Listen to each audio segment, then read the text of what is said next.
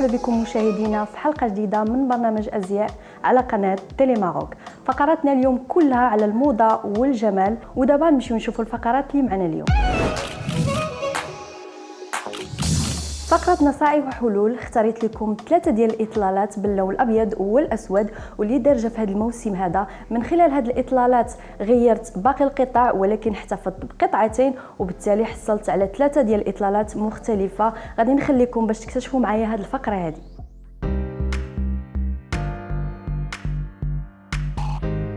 القطع اللي غادي نحتفظوا بها في هذا لي لوك بثلاثه هي هاد ليغينز نوار مع لي باسكيت اون بلون. اول لوك بالاضافه لهاد جوج ديال القطع غادي نضيفوا عليهم هاد لا شوميز لارج بقصه مختلفه على لا شوميز العاديه اللي دارجه في هاد الموسم.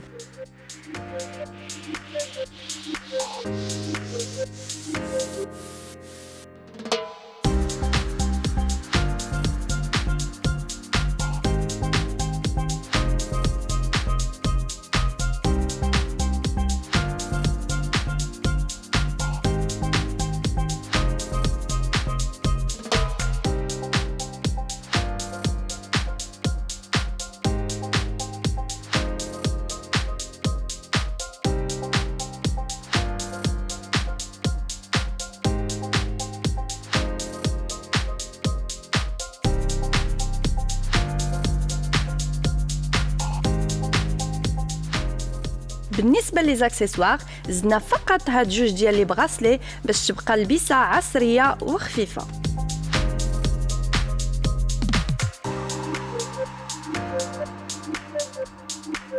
بالنسبه لثاني لوك بدلنا لا شوميز بهاد لو تيشيرت وزدنا عليه جاكيت اون نوار قصيره كتبقى البسه خفيفه وعلى الموضه.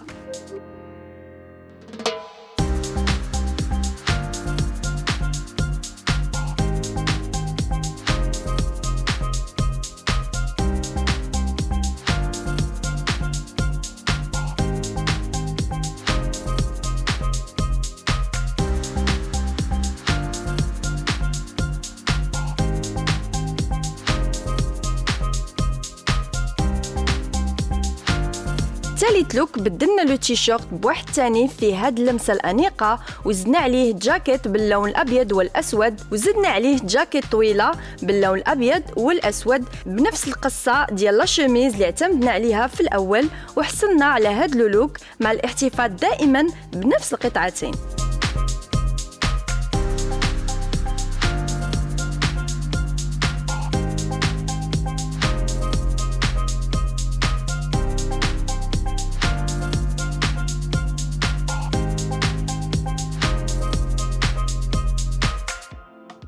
موضة الأسبوع غادي نتعرفوا على موضة الخريف لقطات الشعر والألوان اللي تقدر تقوم بها كل سيدة مع احترام مجموعة من المعايير اللي من بينها شكل الوجه ولون البشرة. هادشي كامل غادي نكتشفوه مع خبير الشعر اللبناني حسين اللي غادي يعطينا مجموعة من النصائح، وغادي نشوفوا معاه كيفاش كيختار القصة واللون المناسبين لكل سيدة مع هاد الغلوكينغ اللي غادي يقدم لنا اليوم.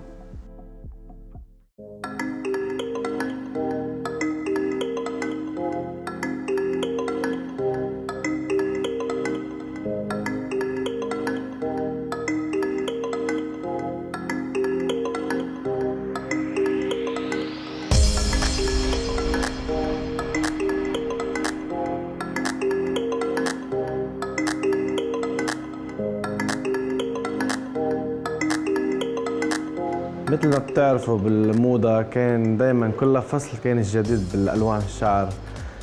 مثل الصيف عندك ألوان المفتوحة الكلير البلون ساندري، كمان مش إنه مهم يعني على حسب الفيزاج عاود تاني. إذا واحد بدها تعمل بلون وهي سمراء ما بيلبقلاش، وكان نمشوا عادة دايما الجديد بالألوان مثل ما بتعرفوا.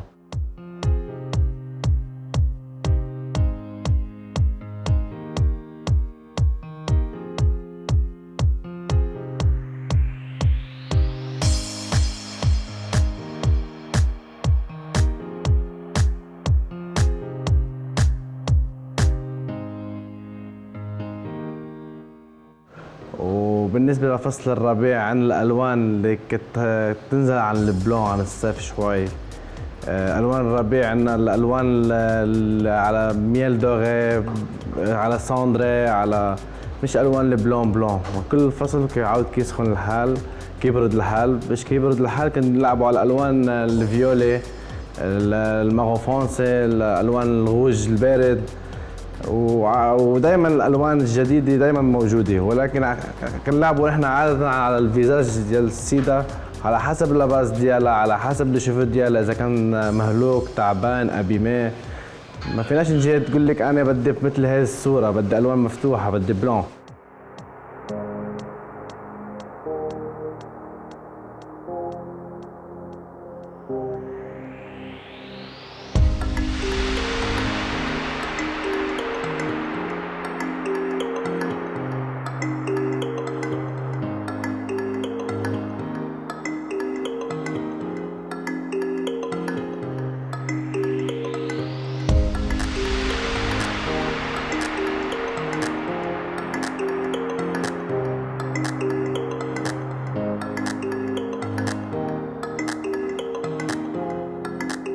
انت بتقنعي الكليان الزبونه باللون اللي هيجي معاها ويوافق لها مع وجهها، على حسب لون عينيها، على حسب الفيزاج ديالها، على حسب لون البشره اللي لها. وعاده كنلعبوا نحن على كل فيزاج كنلعبوا اللون ديالو. مش ضروري نقولوا نحن هذه لامود، دابا نقولوا لامود الالوان البلون، بس مش كل شيء كيجي معه البلون. ونحن هلا اليوم عندنا السيده مشي وجهها مشي غاد البرونز ولا غاد ما بين الابيض وبين البرونز.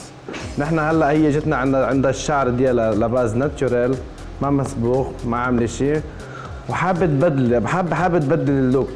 لعبنينا هلا اليوم لعبنينا على الكاريلون، هو لامود هلا الكاريلون، وهنلعبوا له على الامبري ديغرادي مع الشعر. نخليها لاباز ديالها ناتشورال ونلعبوا على الامبري باش يجي ديغرادي مع وجه ديالها، مع الفيزاج ديالها، مع لون عيونها، مع لون البشره.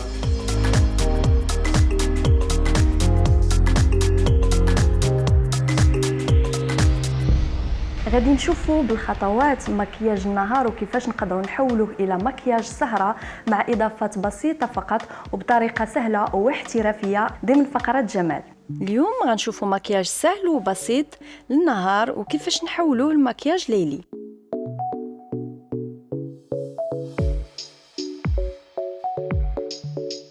اول حاجه كنتاكدوا ان البشره ديالنا نظيفه وخاليه من اي رواسب.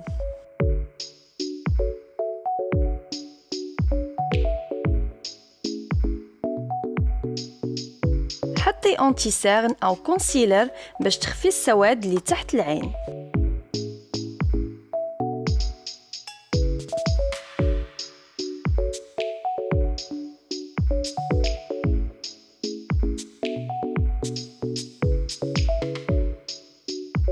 من بعد حطي لابودغ على كل الوجه او طريقه الكونتورينغ، ولكن فقط كما قلنا غير بلابودغ.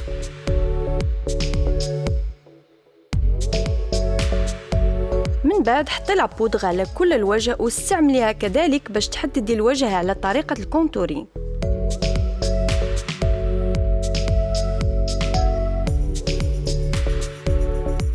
مشطي الحواجب ديالك بجل او ماسكارا للحواجب.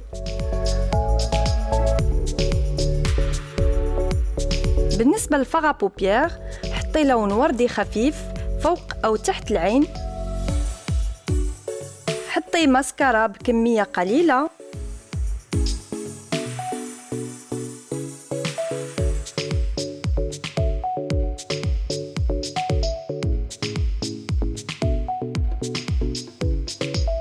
وفي الأخير أحمر شفاه وردي.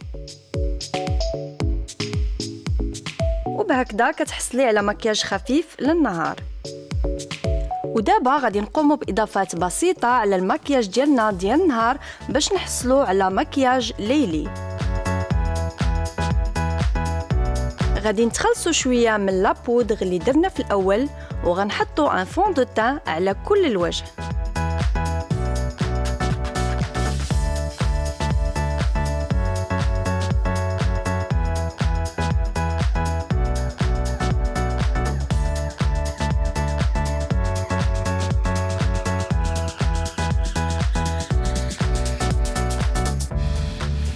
كنحطوا كونتورينغ لتحديد ملامح الوجه او هايلايت في الاماكن اللي غنحتاجو نبرزوها.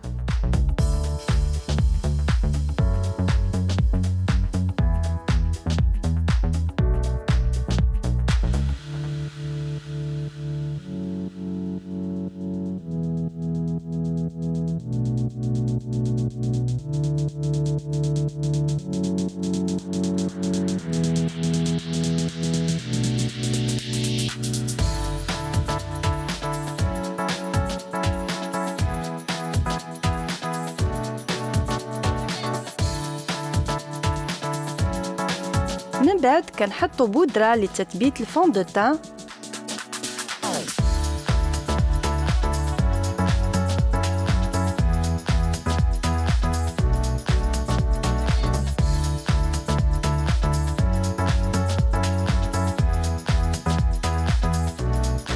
قومي بتثبيت الفون دو تان باستعمال لا بودر ليبر.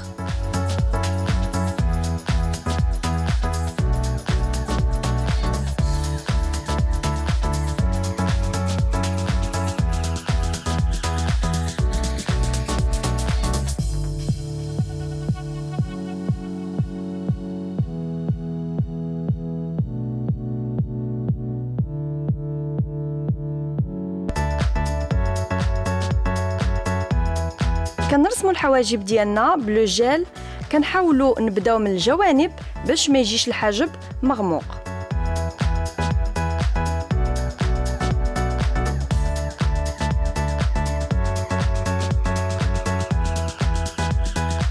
حطينا فغا بوبيير بلون وردي في الجفن الثابت للعين.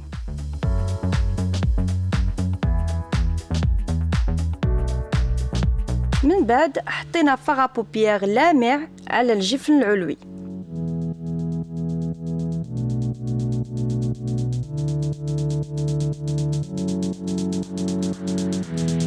حطينا فغا بوبيير روز على الخدود. هايلايت بكمية قليلة.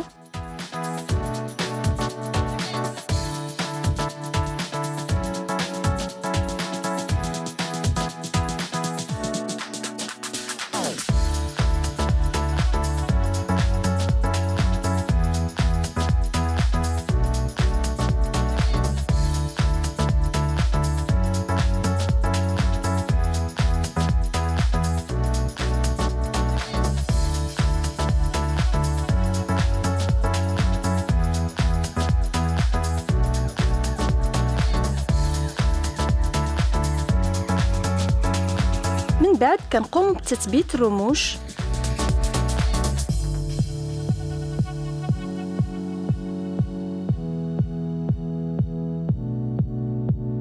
وبالتالي كنكونوا حصلنا على مكياج ليلي فقط بتغييرات بسيطة لمكياج النهار. تقنية الفوكسي آي هي كتعتبر من أحدث التقنيات اللي ولاو كيلجؤوا ليها السيدات مؤخرا بكثرة. غادي نتعرفوا أكثر على هذه التقنية هذه مع الدكتورة وخبيرة التجميل وديان الحمادي.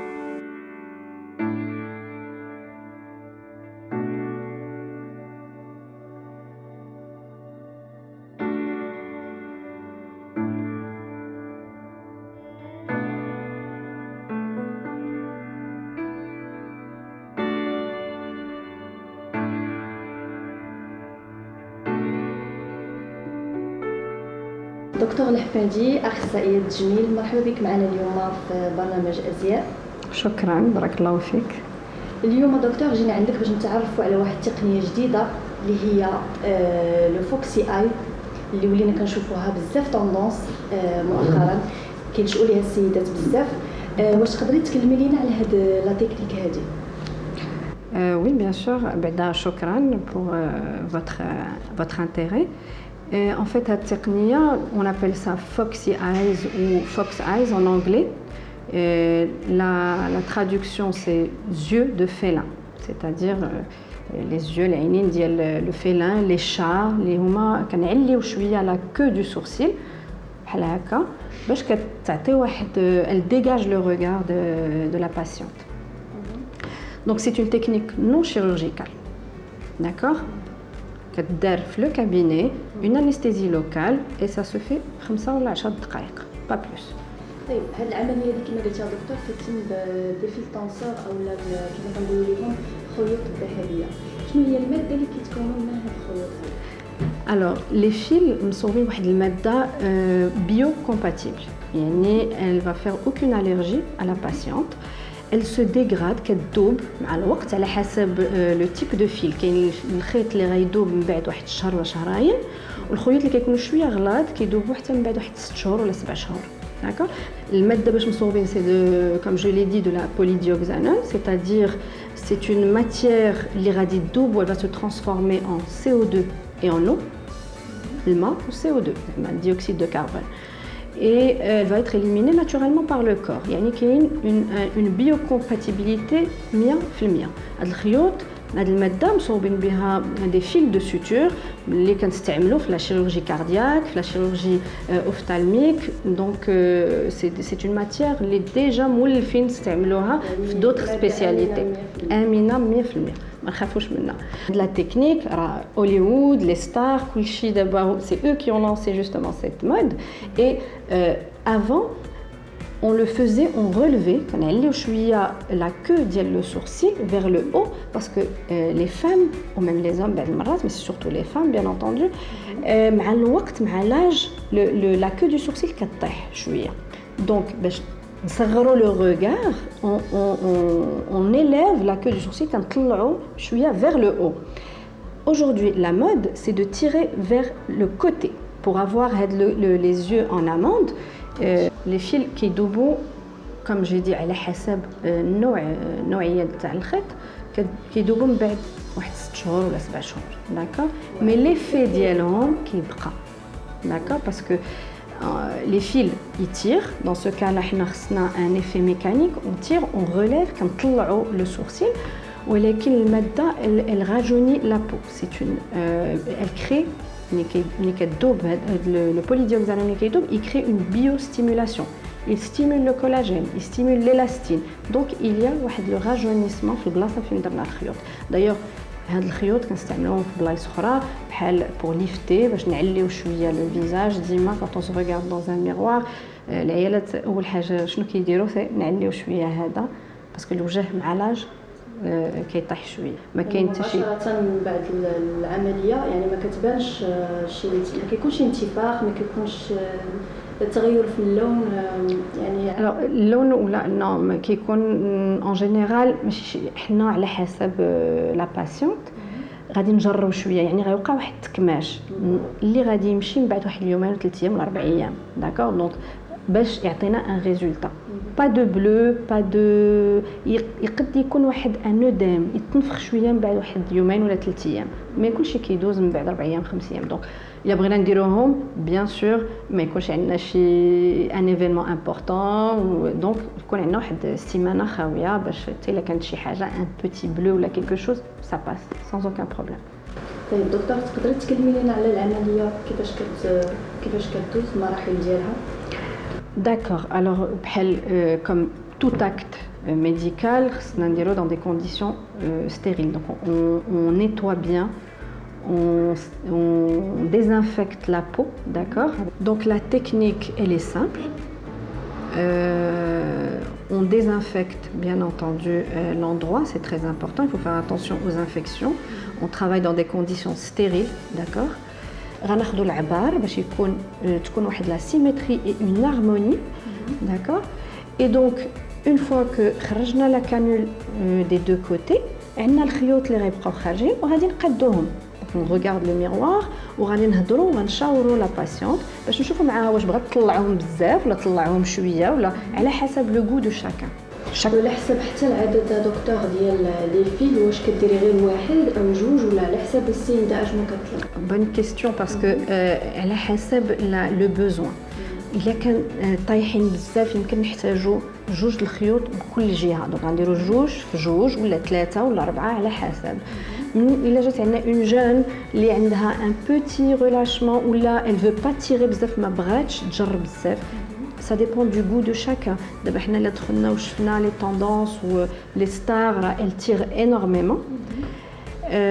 Mais on demande à la patiente شنو بغات شنو الذوق ديالها. دونك على حسب غنشوف واش نديرو خيط جوج ثلاثه دو شاك كوتي على حسب. Mais sachez que c'est possible de mettre 3 4 fils اللي بغينا. قد ما درنا الخيوط قد ما لو ريزولتا غيطول.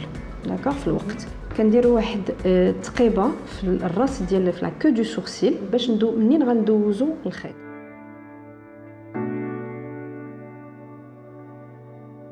الخيط كيكون فوق واحد لا كانول اللي à l'aide de cette canule on va faire rentrer le fil. غنخرجوا لا كانول والخيط غادي يبقى.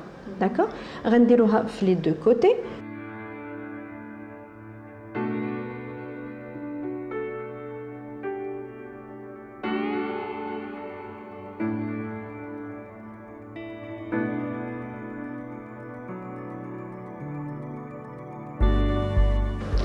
بالنسبه لهذه العمليه هذه واش كل شيء يقدر يديرها ولا فقط واحد الفئه معينه هي اللي تقدر دير هذه العمليه؟ كل شيء يقدر يديرها تو لي فوتوتيب يعني اللي سمار اللي ما عندها علاقه بلا كولور دو بو بيان انتوندو les jeunes ou les personnes âgées il n'y a aucune contre-indication اي واحد يقدر يديرها vu que الماده elle est 100% biocompatible.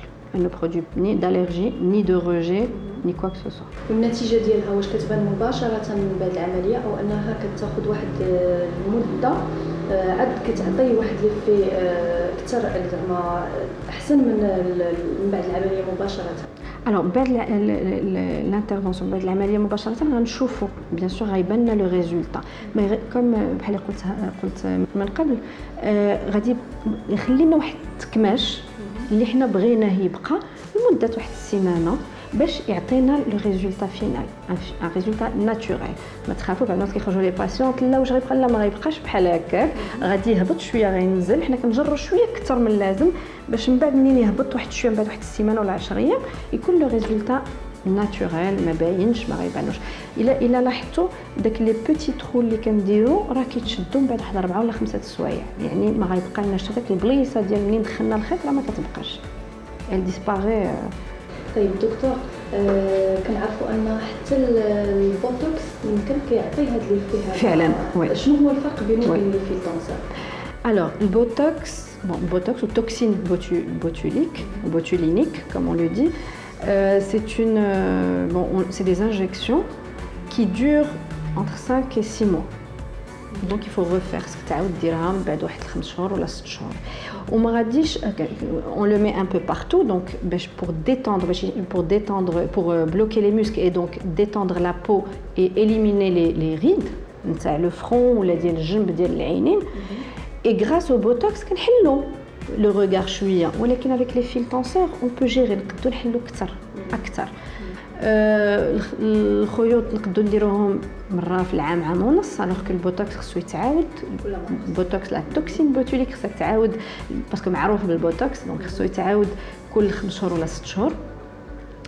اي بعد العيالات ما كيبغيوش ولا ميم بعد الرجال باسكو يا اوسي دي زوم اللي كيديروا البوتوكس ما كيبغيوش ان ريغار فيجي parce que le botox ce qu'il fait c'est qu'il bloque les muscles. donc بعد المرات واخا la personne كتضحك هاد البليصات ما كيتكمشوش لي موسكل سون بلوكي دونك ما كتبانش سوريونت.